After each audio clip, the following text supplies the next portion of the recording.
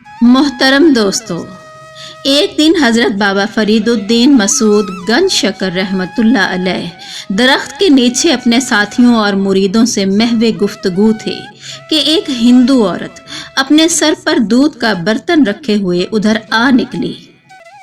حضرت بابا فرید رحمۃ اللہ علیہ نے رسم درویشی کے مطابق اس بت پرست ہندو عورت کی خیر و عافیت دریافت کی۔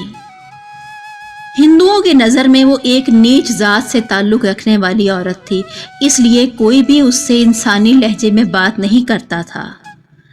آج کسی دوسرے مذہب سے تعلق رکھنے والے بزرگ سے برابری کا سلوک دیکھا تو اپنی حالت کا اظہار کرنے لگی۔ میرا تعلق اجودھن میں بسنے والے گوالوں کے خاندان سے ہے۔ باپ دادا دودھ فروخت کر کے اپنا پیٹ پالا کرتے تھے۔ میرا شوہر مر چکا ہے اور میں برسوں سے دودھ فروخت کر کے اپنے بچوں کی پرورش کر رہی ہوں۔ پہلی زندگی پرسکون تھی، مگر کچھ دنوں سے ایک عجیب و غریب مصیبت کا شکار ہوں۔ یہ کہہ کر گوالن ادھر ادھر دیکھنے لگی جیسے وہ کسی سے خوف زدہ ہو۔ حضرت بابا فرید رحمۃ اللہ علیہ نے عورت کی ذہنی کشمکش کو محسوس کرتے ہوئے فرمایا، تم بے خوف و خطر اپنے دل کی بات کر ڈالو۔ ہم لوگ مسلمان ہوتے ہوئے بھی تمہارے غم گسار ہیں۔ ہمارا مذہب دنیا کی ہر مظلوم کی حمایت کرتا ہے۔ حضرت بابا فرید رحمۃ اللہ علیہ کی شفقت و محبت کا مظاہرہ دیکھ کر ہندو عورت نے وہ راز کہہ ڈالا جسے بیان کرتے ہوئے اس کی زبان کانپ رہی تھی۔ کچھ دنوں سے ایسا ہو رہا ہے کہ یہاں کے چند جوگی اور جادوگر مجھے پریشان کر رہے ہیں۔ وہ روزانہ مطالبہ کرتے ہیں کہ سارا دودھ انہیں دے دیا جائے۔ وہ جو دودھ خریدتے ہیں اس کی قیمت ادا نہیں کرتے۔ میں نے آئندہ دودھ دینے سے انکار کیا تو وہ لوگ بد دعا دینے لگ گئے کہ اگر تو ہمیں دودھ نہیں دے گی تو تیرا دودھ اس قابل نہیں رہے گا کہ کوئی دوسرا اسے خرید سکے۔ میں نے جادوگروں کی اس دھمکی کو کوئی اہمیت نہ دی اور واپس چلی آئی۔ پھر جب دوسرے دن فروخت کرنے کے لیے گاؤں پہنچی تو میری حیرت کی کوئی انتہا نہ رہی۔ دودھ کے تمام برتن کیڑوں سے بھرے ہوئے تھے۔ میں نے اسے اتفاق سمجھا، مگر دوسرے دن بھی یہی واقعہ پیش آیا۔ مجبور ہو کر میں دوبارہ ان جوگیوں کے پاس گئی اور ان سے رو رو کر التجا کی کہ آدھا دودھ وہ لے لیں اور باقی میرے بچوں کے لیے چھوڑ دیں، مگر ان ظالموں پر میری گریازاری کا کوئی اثر نہ ہوا۔ پھر ایک دن ان جادوگروں کے چیلے میرے گھر پر آئے اور بڑے صفاقانہ انداز میں کہنے لگے، گرو کا حکم ہے اگر تو ہمیں دودھ فراہم نہیں کرے گی تو پہلے تیرے سارے جانور مر جائیں گے، پھر ہم تیرے بچوں کو بھی اپنے قہر و غضب کا نشانہ بنائیں گے۔ تو جن بچوں کی خاطر در بدر بھٹکتی ہے وہ کچھ دن بعد اس دنیا میں نہیں رہیں گے۔ آخر بچوں کی محبت نے مجھے مجبور کر دیا۔ میں کئی مہینوں سے ان ظالموں کو دودھ فراہم کر رہی ہوں اور گاؤں والوں سے قرض لے کر اپنی زندگی گزار رہی ہوں۔ آخر گاؤں والے بھی کہاں تک قرض دیں گے؟ یہ کہہ کر دودھ فروش عورت اپنے دامن سے آنسو خشک کرنے لگی۔ حضرت بابا فرید رحمۃ اللہ علیہ نے ایک مظلوم عورت کے دکھوں کی داستان سن کر فرمایا، صبر کرو، تمہاری مصیبت کے یہ دن گزرنے ہی والے ہیں۔ اچانک دودھ فروش عورت گھبرائے ہوئے لہجے میں کہنے لگی، خیر میری تو جس طرح گزر جائے گی، مگر تم بہت شریف لوگ ہو، آج تمہیں درختوں کے نیچے دیکھا ہے تو چلی آئی ہوں۔ میری طرح تم لوگ بھی غریب ہو۔ میں تمہیں یہی بتانے آئی تھی کہ کہیں وہ ظالم جادوگر ادھر کا رخ نہ کر لیں، پھر تم ان کے جفاکاریوں کا نشانہ بن جاؤ گے۔ عورت کی سادگی قابل دید تھی۔ وہ اپنی پریشانیوں کو بھول کر درویشوں کو جادوگروں کے ممکنہ اقدام سے بچانے کے لیے کوشش کرنے لگی۔ حضرت بابا فرید رحمۃ اللہ علیہ اس دودھ فروش عورت کے خلوص سے بہت زیادہ متاثر ہوئے اور فرمایا، تم ایک سادہ دل عورت ہو، ہم فقیر تمہارے اس خلوص کو ہمیشہ یاد رکھیں گے۔ ویسے تم بھی یاد رکھو کہ جب تک اللہ تعالیٰ کی طرف سے کوئی مصیبت انسان کا مقدر نہ بن جائے، اس وقت تک دنیا کی کوئی طاقت اسے ذرا برابر نقصان نہیں پہنچا سکتی۔ اگر تم جوگیوں اور جادوگروں کی بجائے اپنے دل میں خدا کا خوف پیدا کر لو تو تم خود بھی محفوظ رہو گی اور تمہارے بچے اور جانور بھی۔ یہ سن کر وہ عورت بولی، تم کس خدا کی بات کر رہے ہو؟ میں تو روز ہی اسے یاد کرتی ہوں، مگر میرے دکھوں میں تو کوئی کمی نہیں آئی۔ حضرت بابا فرید الدین مسعود گن شکر رحمت اللہ علیہ فرمانے لگے، تم جس بھگوان کی پوجا کرتی ہو وہ تو خود پتھر کا ایک بے جان مجسمہ ہے جو اپنی جگہ سے جنبش بھی نہیں کر سکتا۔ وہ کسی انسان کے کیا کام آئے گا؟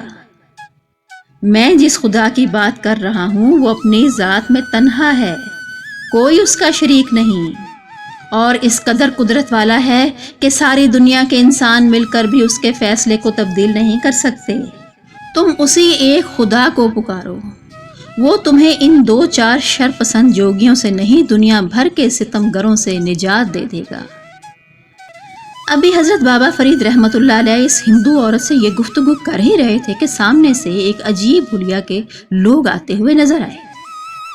جیسے ہی آنے والوں پر عورت کی نظر پڑی تو وہ دہشت زدہ ہو کر حضرت بابا فرید رحمت اللہ علیہ سے کہنے لگی، یہ انہی جادوگروں کے چیلے ہیں، آج مجھے تمہارے پاس کچھ دیر ہو گئی تو یہ میری تلاش میں یہاں تک آ پہنچے۔ حضرت بابا فرید رحمت اللہ علیہ نے عورت کو خوف زدہ دیکھ کر فرمایا، تم میری مہمان ہو، اس لیے تمہیں ہراساں ہونے کی کوئی ضرورت نہیں۔ وہ لوگ عورت سے کہنے لگے، تو یہاں آرام سے بیٹھی باتیں کر رہی ہے اور گرو جی دودھ کا انتظار کر رہے ہیں، آج تیری خیر نہیں۔ حضرت بابا فرید رحمت اللہ علیہ نے جوگیوں کو مخاطب کرتے ہوئے فرمایا، اسے میں نے روک لیا تھا، تم بھی یہاں بیٹھ جاؤ۔ اب فضا میں ایک مرد خدا کے الفاظ کی گونج باقی تھی کہ جوگیوں پر سکتہ طاری ہو گیا، اور وہ اس طرح زمین پر بیٹھ گئے جیسے کسی غیبی ہاتھ نے انہیں زنجیریں پہنا دی ہوں۔ کچھ دیر بعد جوگیوں کی دوسری ٹولی آئی۔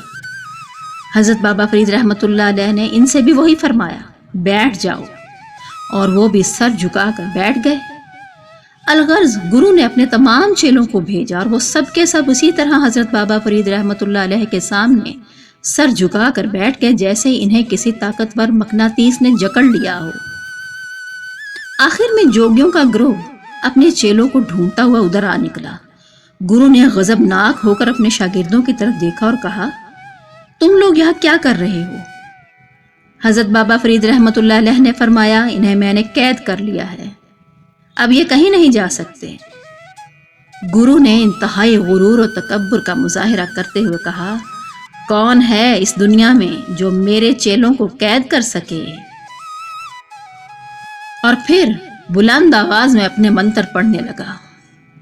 حضرت بابا فرید رحمت اللہ علیہ نے فرمایا، اب تیرا کوئی منتر نہیں چلے گا، کفر کے دن پورے ہو چکے۔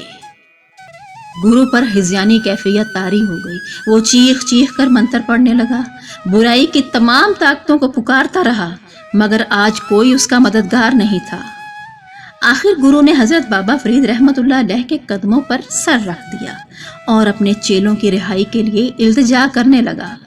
حضرت بابا فرید الدین مسعود گن شکر رحمت اللہ علیہ پرجلال لہجے میں فرمانے لگے، تیرے شاگردوں کو صرف ایک شرط پر رہائی مل سکتی ہے کہ تو انہیں لے کر یہاں سے دور چلا جا۔ اگر آئندہ تو نے مخلوق خدا کو تنگ کیا تو پھر تجھ پر خدا کی زمین تنگ ہو جائے گی۔ اور وہ بہت دیر تک حضرت بابا فرید رحمت اللہ علیہ سے معافی مانگتا رہا اور پھر اپنے چیلوں کو لے کر اجودھن کے حدود سے نکل گیا۔ گرو کے جانے کے بعد حضرت بابا فرید رحمت اللہ علیہ اس جگہ پر اقامت گزین ہو گئے اور پورا قصبہ آپ کی اس کرامت کے شور سے گونجنے لگا۔ نتیجہ یہ نکلا کہ سینکڑوں بت پرست حلقہ اسلام میں داخل ہو گئے۔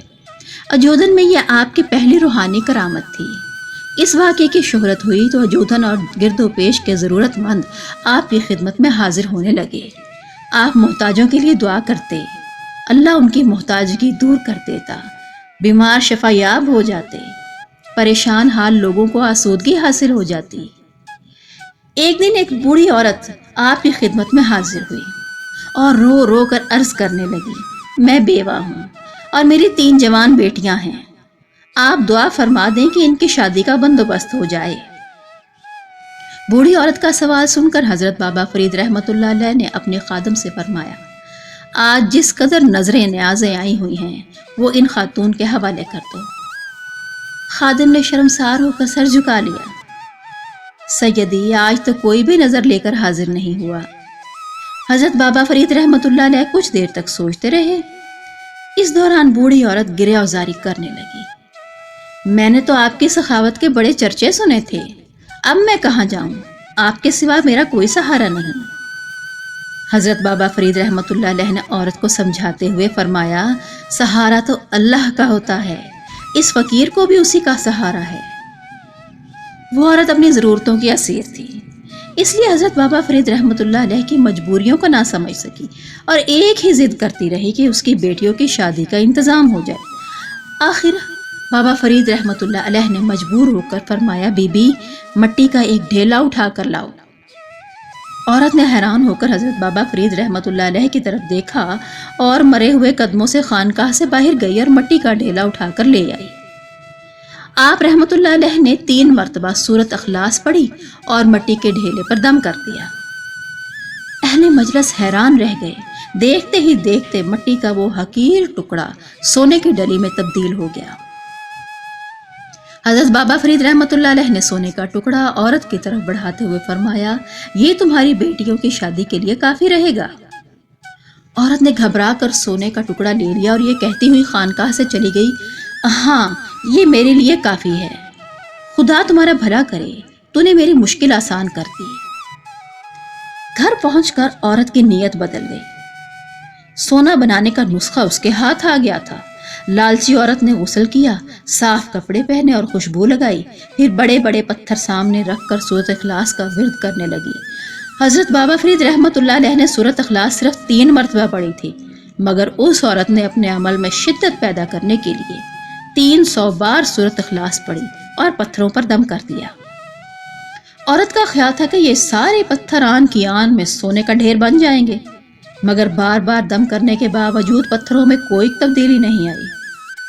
وہ حریص عورت 3 دن تک مسلسل یہی عمل کرتی رہی اور پتھروں پر پھونکتی رہی۔ پھر بھی جب پتھر سونے میں تبدیل نہ ہوئے تو وہ تھک کر بابا فرید کی خدمت میں حاضر ہوئی اور بولی، آپ نے غسل کیا اور نہ ہی خوشبو لگائی، بس 3 مرتبہ سورۃ اخلاص پڑھی اور مٹی سونا بن گئی۔ میں نے پورے گھر کو خوشبو سے مہکا دیا، کلام الہی کا ورد کرتے کرتے اپنی زبان گھسا ڈالی، مگر پتھر پتھر ہی رہے، آخر ایسا کیوں ہوا؟ بوڑھی عورت کی بات سن کر حضرت بابا فرید رحمۃ اللہ علیہ مسکرا دیا اور فرمانے لگے، اللہ نے تمہاری بیٹیوں کو شادی کا بندوبست کر دیا، اس کا شکر ادا کرو اور اپنے ذہن کو دوسرے معاملات میں نہ الجھاؤ۔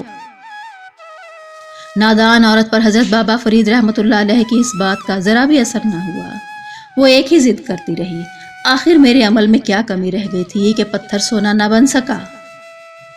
حضرت بابا فرید رحمۃ اللہ علیہ نے پرسوز آواز میں فرمایا، تیرے عمل میں کوئی کمی نہیں رہ گئی تھی، تو نے غسل کا اہتمام کیا تھا، خوشبو کی کثرت کی تھی، تیرے پاس سب کچھ تھا، بس تیرے منہ میں فرید کی زبان نہیں تھی۔